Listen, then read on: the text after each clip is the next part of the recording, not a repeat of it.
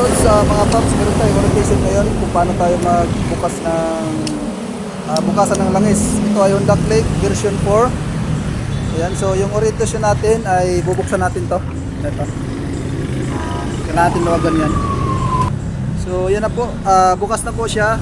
So kailangan suminga yung init para pagbukas natin doon sa kanyang drain oil bolt ay hindi na siya mainit, ano. So ang kanyang bukasan po sa Honda Click ay dito.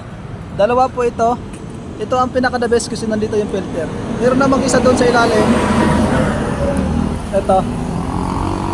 Pero lagi nabibilog po dyan pag nagsisinsiwel po yung iba. Ayan. So wag tayo dyan. Dito tayo lagi. So bubuksan lang natin, ano. Ayan mga paps, nabuksan na natin.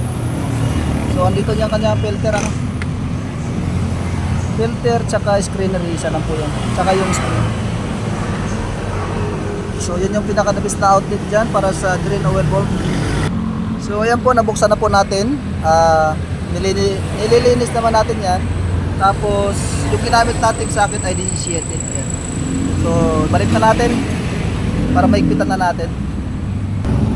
Yan po, naibalik na po natin. Siguraduhin po natin na medyo nakaigpit, hindi masyado malakas.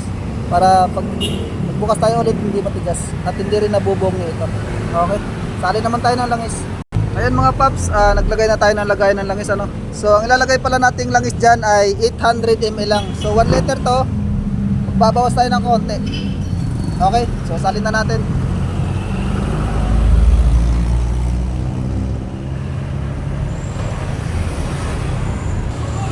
Ayan mga lods, nihigpitan na natin, ano. Siguraduhin lang natin yung higpit ay tama-tama lang din. Okay. Ayan mga loads, magpapalit naman tayo ng gear oil. Ito yung labasan, drain bolt 12mm. Ito yung pasukan. So bubuksan muna natin to. So ayan mga lodi, lumabas na yung kanyang gear oil. Tapos sasarado natin pagkatapos nyan.